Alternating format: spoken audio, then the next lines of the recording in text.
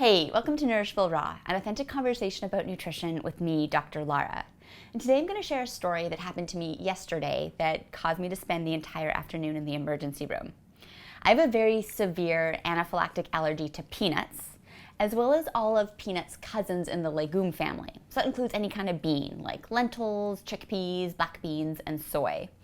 I've had this severe peanut allergy ever since I was a little kid, about 3 years old. So over the years, I've developed some pretty rigorous methods to avoid having any contact with peanuts at all. But yesterday, I was foiled. So it was just kind of a regular day. I was sitting upstairs reading a bunch of papers on Pubmed about personalized nutrition. So stay tuned for future episodes on that. And I decided I wanted a mid-morning snack. So I hopped downstairs, I grabbed an apple and some cashews. Now, my allergy is to peanuts, but I'm not allergic to the other tree nuts. So these cashews should be perfectly safe for me. So I run back to my computer, I'm reading my papers again on Pubmed, popping the cashews in my mouth. And after about 4 or 5, I noticed that my throat is feeling a little tight.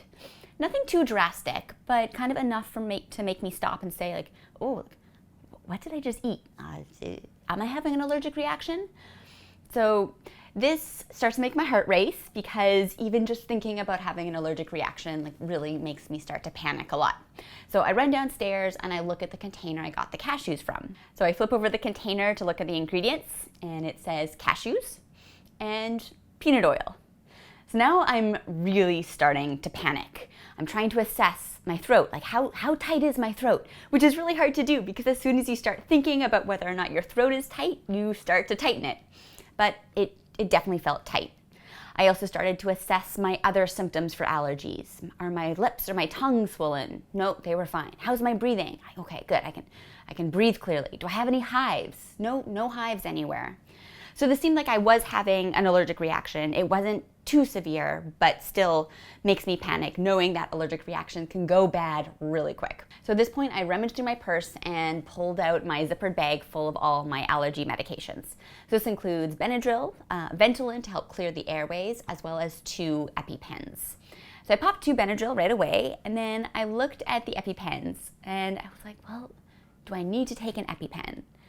The reason I was really questioning this was because I had heard before that the peanut proteins in peanut oil tend to be denatured. So their shape has been changed in the processing, and that makes them less reactive.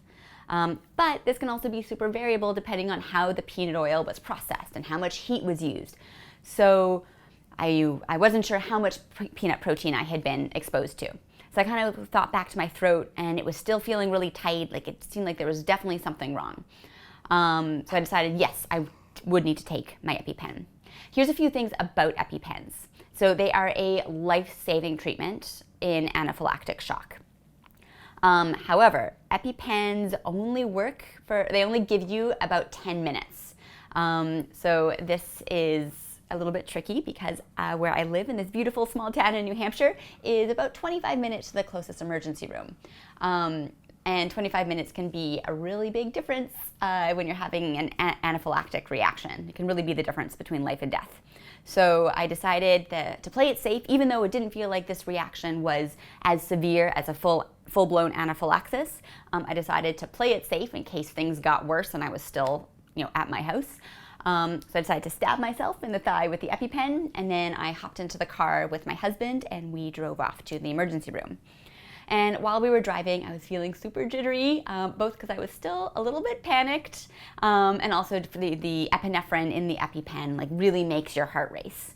I did feel like my throat was starting to relax though, so it also felt like the epinephrine was working and that calmed me down.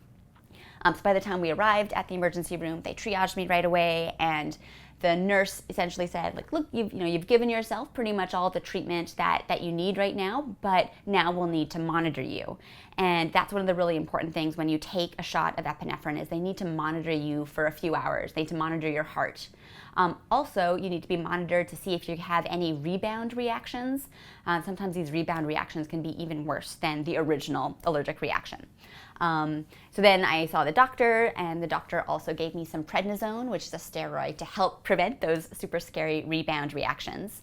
And she also reassured me that, I did the right thing by taking my EpiPen, even though I didn't feel like it was as severe of a reaction. So that was, reassuring to hear. Every time that I have an allergic reaction, I always try and reflect on the incident to figure out A, how can I prevent it from happening in the future? And B, was my emergency preparedness adequate? So in this particular incident, I failed to follow cardinal rule number 1 of living with food allergies, which is always, always, always read the ingredients.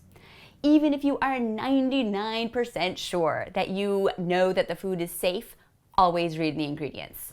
That is what I did not do here. Had I read the ingredients and saw that the cashews were coated in peanut oil, I definitely wouldn't have eaten them. So that's this particular situation. But then it also made me think about other situations where I eat tree nuts, whether it's, almonds that are sprinkled on a salad at a restaurant, or maybe some nuts that are in a baked good, homemade from a friend. And it really made me question, well, how do I know that these nuts aren't also coated in peanut oil? This is something that I'm going to talk to my personal physician about to figure out what I should do. But for the time being, I feel like the safest thing to do is just not eat tree nuts unless I can read the original packaging that they came in. Now, one of the tricky things that you may ask, well, why eat tree nuts at all if there's any risk at all with cross contact or peanut oil or so forth? And the reason is, in my opinion, I am forced to follow a really, a pretty restrictive diet because of my peanut and legume allergy. Peanuts and legumes are really healthy for most people. Unfortunately for me, I cannot eat them. Tree nuts are also really healthy from the nutrition perspective. They're a great source of protein, of healthy fats, some fiber if you're eating them with the skins on. So from the nutrition perspective, I really want to include tree nuts in my diet. So at this point, moving forward, I'm going to talk with my allergy specialist to figure out what safe strategies I can use to incorporate tree nuts into my diet. So next thing I wanted to think about was my emergency preparedness plan. So this was a really big reminder to me. Oh, say excuse you. This is a really big reminder to me, the importance of having multiple up-to-date EpiPens on hand. Living where I am, I'm 25 minutes away from an emergency room, and let's say I hit traffic along the way. If I was really having a full-blown anaphylactic reaction, there's a possibility that I would need multiple shots of epinephrine before getting to the emergency room. So that was a big reminder to myself as well. And so again, something that I will follow up with my personal allergy specialist with to make sure that I am all prepared. And that's a really big, important takeaway for anyone who's living with food allergies, is that you're going to kind of have to work out your own strategies with your personal physician and your particular allergens to figure out how you can navigate the world in a safe way, but also still live a happy, fulfilling life and not be completely afraid of food all the time. So that is all for today. Hopefully I go for a very long time now without needing my EpiPens, but I'm always going to have them with me anyways. So let me know in the comments if you yourself have had any allergic reactions, or you've witnessed allergic reactions that kind of change your attitude towards food allergies. I'd love to hear from some of your stories. But that's what science tastes like. So thanks for tuning in today. Make sure to subscribe and ring that bell for new video alerts. And thanks for watching. Bye.